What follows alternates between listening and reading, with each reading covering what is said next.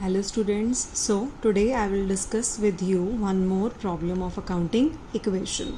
So starting with the first transaction, we have commenced business with cash 1 lakh and furniture 20,000. So कई बार क्या होता है कि अकेला कैश नहीं प्रोप्राइटर लेके आया होता, other assets are also coming in. So जितने भी एसेट्स वो लेके आया आपने उतने एसेट साइड पे हेडिंग बना लेनी है और ऐड करके आपकी क्या बन जाएगी, capital. So here it is started business with cash and furniture. So asset side पे आ जाएगा cash and furniture 1 lakh and 20,000. So it would be 1,20,000 since it is his capital. So next is purchased goods. Purchased goods of 30,000 and that goods are coming in, so you will make a head of stock and cash is going out, so you will deduct from the cash. So deduction from cash 1 lakh minus 30 equals to 70 and furniture is 20 plus 0 equals to 20 and stock is coming in, so stock is 30. So there is no effect on the liability and capital side. ठीक है जी. Then the next is wages paid. This is all for you. Wages paid means the cash is going out and it's your expense. You have to deduct from the capital. So here I have deducted wages paid, cash में से minus. ठीक है जी. और furniture पे कोई effect नहीं है, stock पे भी कोई इफेक्ट नहीं है and since it is your expense, so we will have to deduct from the capital itself. ठीक है जी. सो यहाँ पे हमने कैपिटल में से कर दिया है minus 1,20,000 minus 5 equals to 1,15,000. So our left and right sides are equal. Then this is a new point, so listen carefully. Sold goods costing 10,000 for 15,000. मतलब अब आपने गुड्स बेची हैं, तो गुड्स कितने की आई थी और कितने की आपने बेची हैं. फर्स्ट ऑफ ऑल ये दोनों चीज़ें आपने देखनी है. What is the costing price and what is the selling price. And second thing you must know whether these are cash sales और क्रेडिट सेल्स. और यहाँ पे आज मैं आपको सिर्फ कैश सेल समझाऊंगी.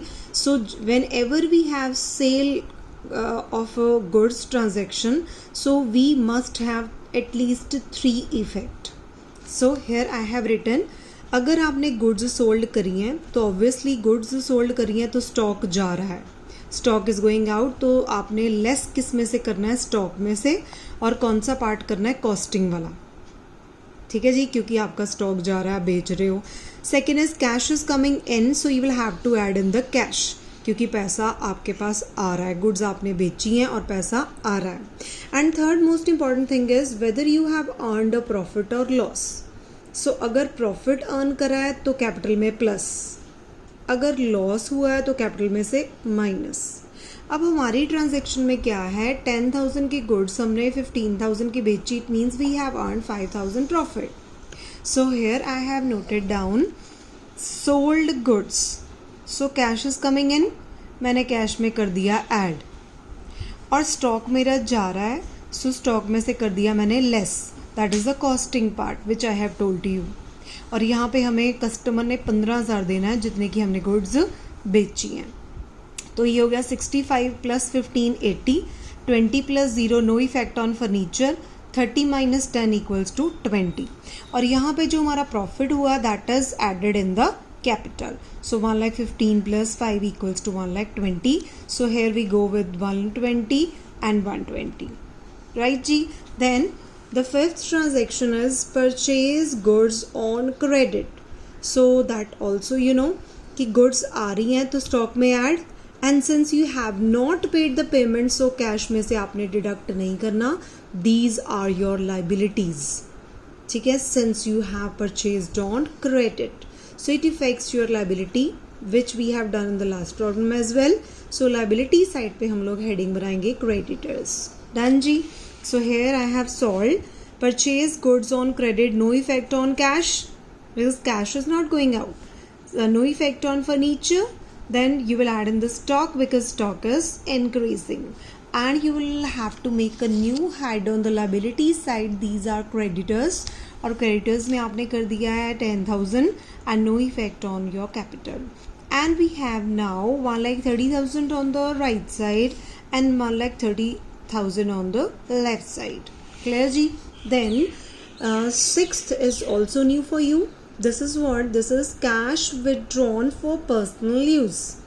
ठीक है जी. सो मैंने इसकी पिक भी आपको भेजी है कि cash withdrawn for personal use होए, प्राइवेट यूज़ होए, ठीक है. सो हाउस होल्ड पर्पज के लिए हुए. So this is one and the same thing we have done in the terms. One term that is drawing. So drawing क्या होता है कि जब प्रोप्राइटर अपना ऑफिस का पैसा घर में लेके चला जाता है, जैसे मैंने आपको एग्जांपल दी थी अपने घर के खर्चों के लिए. So since cash is going out, cash में से माइनस, और ये प्रोप्राइटर की कैपिटल को कम कर रही है क्योंकि प्रोप्राइटर अपना पैसा विदड्रॉ करके लेके जा रहा है. So it would deducted from the capital itself. So here I have noted down personal use के लिए अगर होएगा सो कैश जा रहा है, कैश में से माइनस, और आपकी ड्राइंग्स है तो कैपिटल में से minus. Here I have sold this to. Cash is going out, so 80 minus 10 we have left with the 70. Furniture have no change, stock have no change, creditors have no change, and capital is deducted by 10,000 since it is decreasing by proprietor's household purpose. So we will get 1,20,000 on the right side and 1,20,000 on the left side. Then the last one is paid to creditors. So what is meant by this transaction? Paid means आपने payment करी, और किसको करी? आपके creditors को. It means they are already adjusted in your accounting equation because यहाँ पे हमने अपने creditors बनाए थे. These are 10,000, but we have paid only 5,000. So paid to creditors means cash is going out, so you will deduct from the cash, and liabilities are decreasing, so you will have to deduct from the creditors. Done ji. So paid to creditors you will deduct from the cash. Here we was 70 minus 5 65, then 20 plus 0 20, and no effect on stock 30 plus 0 30. ठीक है जी. और यहाँ पे हमारा creditors का head था there it is we have 10 minus 5 5. So कई बार क्या होता है कि हमने अपने क्रेडिटर्स को थोड़ी थोड़ी करके पेमेंट करते हैं. ठीक है जी. अगर आपने 10 ही पे किए होते तो यहाँ पे ये नील हो जाना था 10 minus 10, because we are paying small amount at one time, so we will have to deduct the same amount. So 10 minus 5 5. ठीक है जी.